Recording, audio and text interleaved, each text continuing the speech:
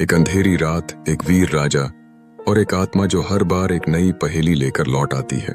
क्या इस बार राजा विक्रम जीत पाएंगे बेताल से? ये रहस्यमयी जंग शुरू होती है एक ऐसी कहानी जो आपको सोचने पर मजबूर कर देगी। बहुत समय पहले की बात है।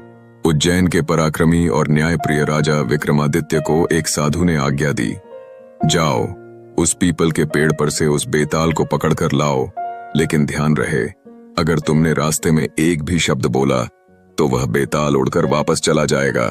राजा विक्रम ने वचन निभाने का निश्चय किया और वीरता के साथ उस अंधेरे जंगल की ओर निकल पड़े। रात थी, चांदनी भी डर के मारे बादलों में छुप गई थी। विक्रम पहुंचे उस पीपल के पेड़ के नीचे जहां बेताल उल्टा लटका था। जैसे ही उन्होंने बेताल को अपने कंधे पर डाला, बेताल बोला, राजन चल तो मैं पड़ गया हूं, लेकिन रास्ता लंबा है, क्यों ना एक कहानी सुनाऊं, पर एक शर्त है, अगर उत्तर जानते हुए भी चुप रहे तो तुम्हारा सिर फट जाएगा। राजा चुप रहे और बेताल ने कहानी शुरू की। एक गांव में 3 ब्राह्मण थे, रामदत्त, श्यामदत्त और हरिदत्त। तीनों एक ही स्त्री, सुंदर, गुणवान और विदुषी रूपवती से प्रेम करते थे। दुर्भाग्यवश वह स्त्री अचानक एक बीमारी के कारण मर गई। रामदत्त ने उसकी राख को इकट्ठा किया और जीवन भर उसकी पूजा करने लगा। श्यामदत्त तपस्वी बन गया और शिव की तपस्या करने लगा। हरिदत्त ने योग विद्या सीखी और एक दिन उस स्त्री को मृत से जीवित कर दिया।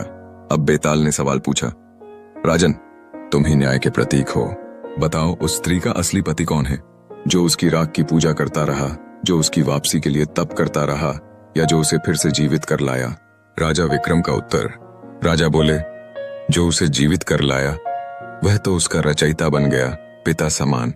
जो उसकी राख की पूजा करता रहा वह तो भक्त हुआ, लेकिन जिसने तप किया उसका मन, आत्मा और प्रेम उसी स्त्री में बसा रहा, वही उसका सच्चा पति है। बेताल हंस पड़ा और बोला, राजा तुमने तो फिर से मुंह खोल दिया, अब मैं लौटता हूं अपने वृक्ष पर। और बेताल उड़ गया। और भी ऐसी इंटरेस्टिंग कहानी सुनने के लिए वीडियो को लाइक करें, चैनल को सब्सक्राइब जरूर करें।